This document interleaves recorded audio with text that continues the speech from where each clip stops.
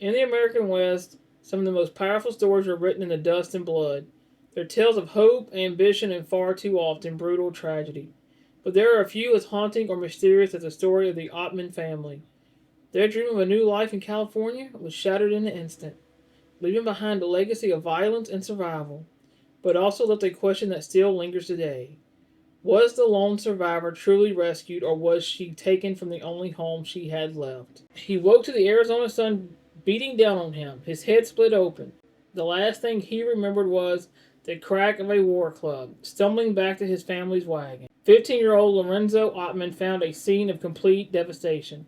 His parents and four of his siblings were dead, their bodies scattered across the rocky ground. But his two younger sisters, 14-year-old Olive and 7-year-old Mary Ann, were gone. They hadn't been killed, they'd been taken. For Lorenzo, it was the start of a desperate search that would last for years. For Olive, it was the beginning of a new life, one she might never be rescued from.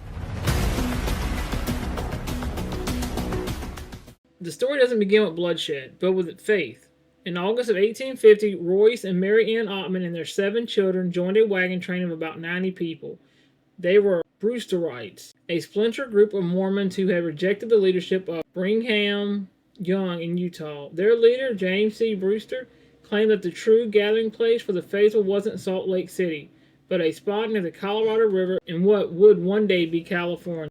The journey was grueling. By the time the wagon train reached New Mexico, the group fractured over disagreements. The Ottmans and a few other families chose to take the treacherous southern route. As they pushed deeper into the harsh terrain of modern-day Arizona, their supplies vanished and their animals grew weak. One by one, the other families decided it was just too dangerous to go on, and chose to wait for safer conditions. But Royce Ottman was a man driven by a profound and unshakable faith.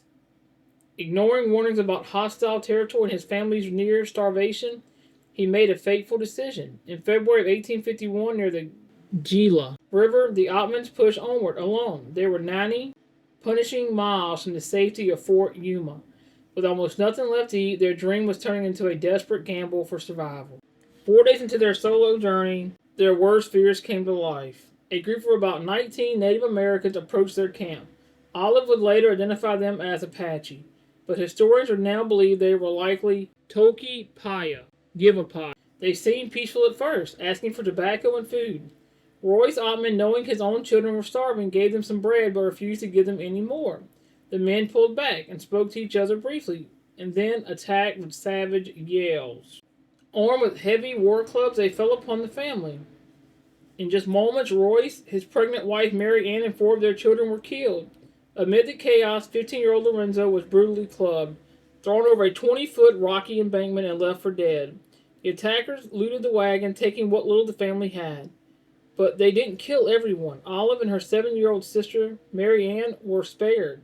Terrified and in shock, the two girls were prodded forward with lances and led away into the desert as captives. Hours later, Lorenzo awoke. His skull was fractured, but he was alive. He crawled back to the wagon to find his family massacred.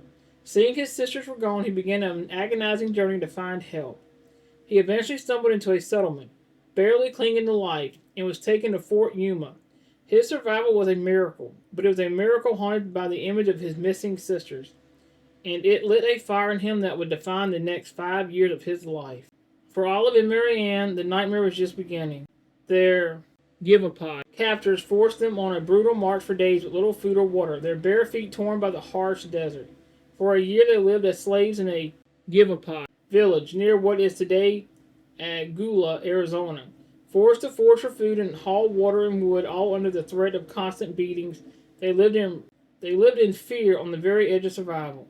Then in 1852, their lives changed. A trading party of Mojave Indians visited the village. Topeka, the daughter of a Mojave chief, saw the two girls and took pity on them. After some negotiating, she traded 2 horses, blankets, and vegetables for Olive and Mary Ann. The sisters were then marched for days to a Mojave village near present-day Needles, California.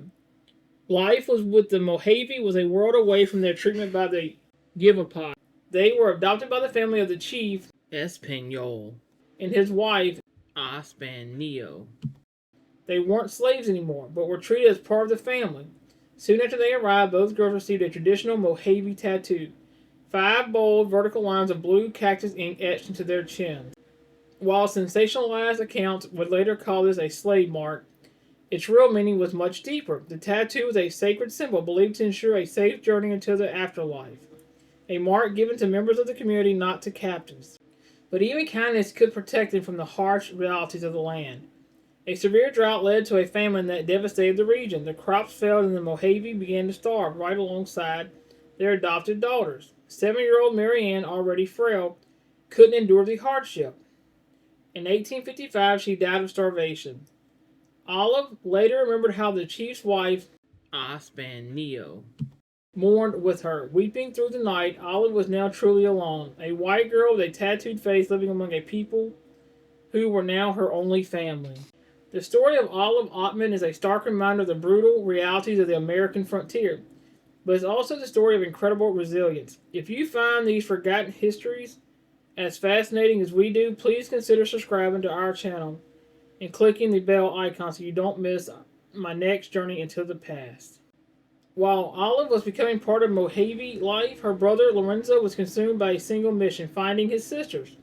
For 5 agonizing years, his pleas for a military search party were denied. He traveled, worked, and relentlessly petitioned anyone who would listen, never giving up hope. His story spread, and soon rumors started to circulate throughout the territory of a white woman with a tattooed face living among the Mojave. These rumors finally reached an army carpenter at Fort Yuma named Henry Grinnell. Intrigued and moved by the story, Henry decided to act. He sent a K-Chan messenger named Francisco to the Mojave village with a message from the U.S. government. Release the white woman or face the consequences.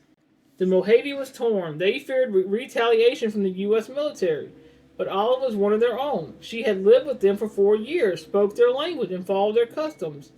Some accounts even suggest Olive herself was reluctant to leave.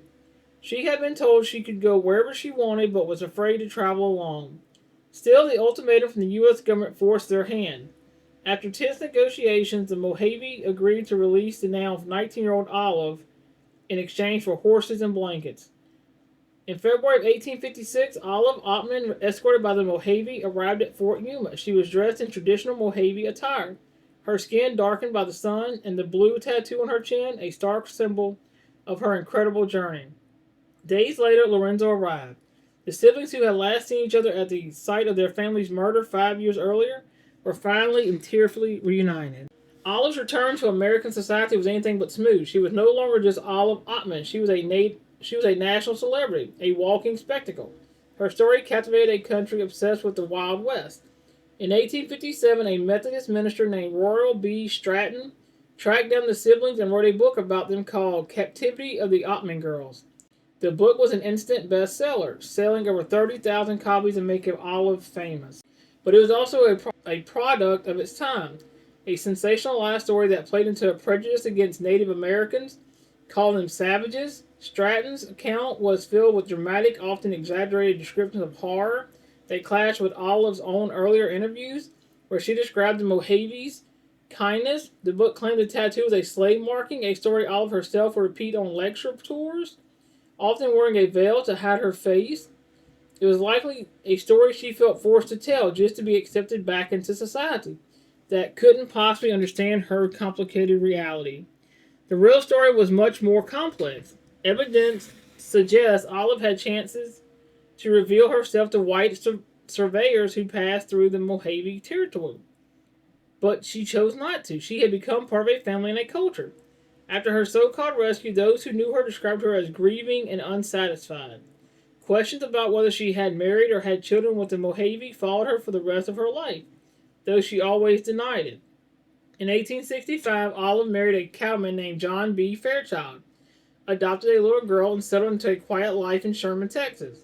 Her husband reportedly hated Stratton's sensationalized book and tried to burn every copy he could find. Olive lived until 1903, passing away from her heart attack at the age of 65.